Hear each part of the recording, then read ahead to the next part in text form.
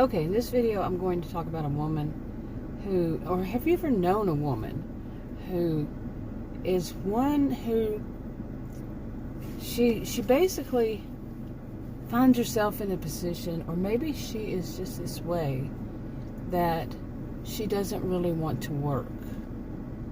Okay, and as time goes by, she finds herself finding ways not to. And sometimes she gets married to someone who doesn't want her to. Or maybe she convinces them. You don't know what goes on behind the scenes, but eventually she becomes, she gets in a position where she's not exactly considered disabled, not to where she can get disability, but it's still too difficult for her to work. Okay, and for her own health conditions. Now, whether she caused them or not, but she's not able to get on disability. Okay, and as her life goes, as she goes through her life, things happen this way that she winds up not really having to work ever. She'll do a few things that she can, perhaps, like sell some things, do like a reseller, or help a friend out in a booth where she's a reseller, or she's has her own craft booth, or some kind of booth, and she'll help her out to make a little bit of money. But she'll ensure that she's with a man who is going to support her, and around it, maybe it's more than one man, and not more than one man at a time, but like one ends, possibly even she's a widow and young and has a child, and she finds another man who takes on her and her child or children or whatever. But she always lands like that, where she doesn't have to work, and she relies on other people for whatever she can get from them, and she becomes very manipulative. She comes off as extremely friendly, and she behaves like she's extremely friendly, but in her mind she has a goal, and that's to get the people to help her, to help her survive. And she may be like their best buddy, but if they're not willing to dish out some money, she finds another best buddy, you see? Okay, now I could say that she's the type to beg, borrow, and steal to make it, through her life. The stealing part would be that she borrows, like, can I borrow $100 or a couple $100, and she has no way of paying it back. So, in a way, she stole it. She knew she wasn't going to pay it back, but she puts out there to this person, I'm going to pay you back. I just have to wait until this kind of money comes in from, I'm selling this thing, and it's going to come in. I'm promised it at the end of the month. You see, she always has a way, to convince them. And she, like I said, she comes off as very friendly and very honest. I should add that.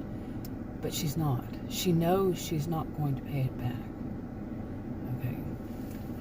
And she learned this as a child, watching, her elders. Various, not all of them, but various elders would do this. So it was natural to her, sorry, I got the air conditioner on, sitting outside in my SUV, and it's 98 degrees out there.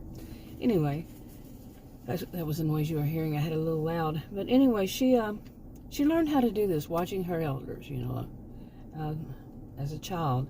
And she saw that was the best way to live, not having to have a job. Okay, I'm not going to complain about anybody who doesn't have a job. I never had a problem with man or woman, any man or any women who want to be a homemaker, and that's the way that they worked it out with their significant other, husband, wife, whatever it is, boyfriend, girlfriend. I remember when I was in a class, graduate level class, studying for to become a counselor. There was a woman in there. One day she just told me, she started crying, and she said that she was a classmate. She told me that other students in that she that she had known, they couldn't stand her because she was a homemaker. They thought that was a cop out, and I'm not saying at all that it's a cop out. I'm a homemaker. I haven't worked since it's now 2022, and I haven't worked since early 2017 outside the home. So I don't have a problem with it. What I have a problem with is somebody who's manipulative, that will do this with anybody. I'm not talking about their spouse or their boyfriend, girlfriend, whatever, but just anybody, to get money off of anybody. Say their best friend, their best buddy, they lie to get it. That's what I have a problem with. And they just lie to get it. And this is what the woman, let me take a breath here. Okay, I'm reading my notes here. Now, she never, anyway, to get back to this woman named Marsha, I'm going to talk about her. She never seemed to think that what she does to people was wrong. Okay? She never, at least she wouldn't admit to it. Some people did wonder about her. Is she caught in her own little trap? That she set it up so much that at this point, in a way, she gave herself a health condition. Okay, there are various ways. I'm not a doctor. I don't even want to say, because I'm not a doctor. I'm not a healthcare professional at all. So I don't want to give, but let's say that she caused it herself. Not an accident or anything like that. But still, her younger years lifestyle or something, you could, whatever it is. But she never saw it as wrong for the way she told these big lies to people. Let me borrow some money, I'm going to pay you back. And or she would play a really bad victim of somebody else. Okay, she would play like she was, like somebody that could possibly be that very good friend that she borrowed $200 from and never paid it back. She'll play the victim of that person. It could be. And she'd go out there and she knew how to do a smear campaign behind people's backs. They're not going to know what's going on. She's telling lies, and often they find something that has a little bit of a truth to it, but the rest is all fake, made up. So if somebody asks them, they'll have that little bit of truth and say, well, no, wait a minute. People might not even ask them. People just say, oh, she's bad news. I don't want to have anything to do with her. Not Marsha, but the person Marsha does the smear campaign on. Okay, behind their back. Now, let's see what else. And she would do this in any kind of situation. Like, let's say that a situation comes up when it's very some kind of tragedy happens. I mean, that could be like natural disaster, it could be some earthquake or a hurricane, and people are temporarily homeless. They're waiting to be rescued. They to get on a shuttle to go somewhere to stay. Until they can get back on their feet and get their homes. Maybe their homes are underwater. I know people that this has happened to. Or maybe like the man she was with, he had an accident and passed away. Or he had a heart condition or whatever condition, and he passed away. And his family, they like say he had a kid from another an ex-wife. And the child was grieving. His parents were grieving. People were grieving, and she would do a smear campaign about them to get people to sympathize, put all the sympathy on her. And then, therefore, she would find ways to get money out of them. Saying, like people always, it's tradition. Not all people do it, but. Like if somebody is passed away, they, take food to usually cooked food to the person who's the wife or husband, And she wanted to, she would want to ensure that people did that. And also she played I don't know how I'm going to pay all these bills. I don't know how I'm going to pay for the, the funeral or this or that, So people would start giving money to them. But she didn't want people like the child from another, mother, his child from another mother, and, or anybody else to get any of it, because she wanted so much, she would want so much attention on herself that it would start pouring in the money, the help, the whatever, to her and her only. So, now she never, I'm reading my notes here again, but she didn't care if they were also grieving, because to her, it was all about her. Her and her current child, from him or not from him, whatever it is, the situation. But anyway, she never really felt any attention to any attachment to anyone. Okay? No real attachment. Even the husbands, not really. It was to her inside her mind, although she sometimes didn't put it that way in her mind, but it was about money. It was about being able to survive, and they were going to pay for it. That was her job, and perhaps in her mind. Who knows? But, she wound up losing so much, losing attachments she didn't really have attachments to him, but other people who did have attachments to her and who were good friends to her and who were helping her out, or, in ways.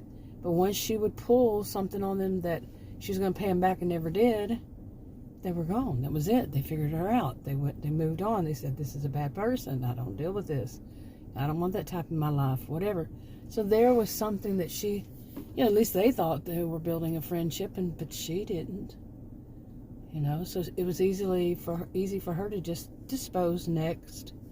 She was going to next them, the next person.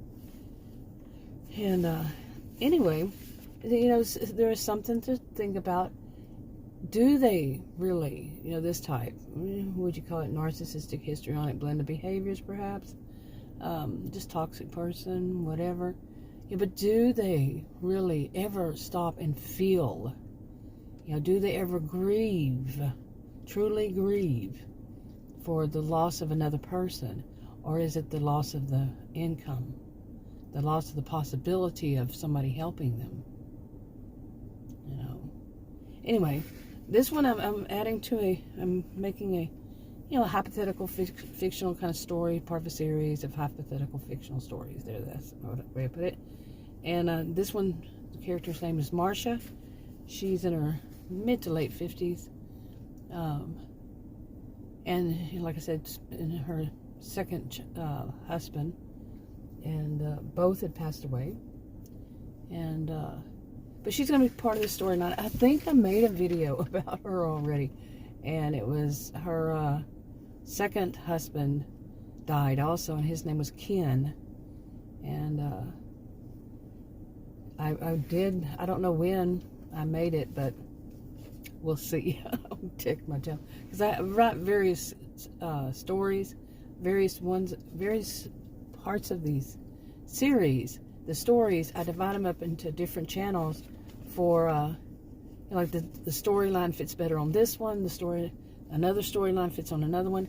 This one, she's a friend of Amanda, and Amanda and Connie are big players in this part of the series. And Amanda, she was a major friend to Amanda. And anyway, I'll get to those later on. But I just wanted to get this part out. Let's see, I just dropped a, she was kind of, here's another little note. It's kind of like, she became like the boy who cried wolf kind of story. And because eventually people figured her out. Each person, but she would just keep going with different people. And to get her to send money, and also, I've written here, to borrow things from them. She might just, want to sell something, somebody gave her something big, and she'd ask if, anybody if they could let her use their truck, or, so that she can move it. And she'd do that, never put gas back in it, you know. And then she'd get them to help her to move it. Whatever she could, she learned how to do this. She was often begging. She never saw it that way. She saw it as, hey, this is my friend or my friend's husband or my friend's whatever. That's what they're there for. They're there to help. You know, I would do the same, although she never finds reasons to do so. You know, get people to send her money, whatever it is. You know, she would find ways to do that. Anyway, I think that's enough for this part. I'll talk to y'all in another video. Oh, make sure you read the disclaimers in the description box below this video on YouTube.